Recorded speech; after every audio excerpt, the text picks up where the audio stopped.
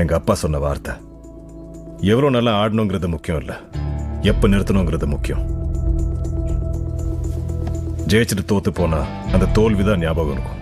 தோத்துட்டு ஜெயிச்சா அந்த வெற்றி சரித்திரத்தில் நிற்கும். அது ஏன்னா history only remembers how you finished. சரித்திரம் எப்படி ஞாபகம் வச்சுக்கோன்னு எனக்கு தெரியாது. நீங்க என்ன எப்படி ஞாபகம் வச்சுப்பீங்க?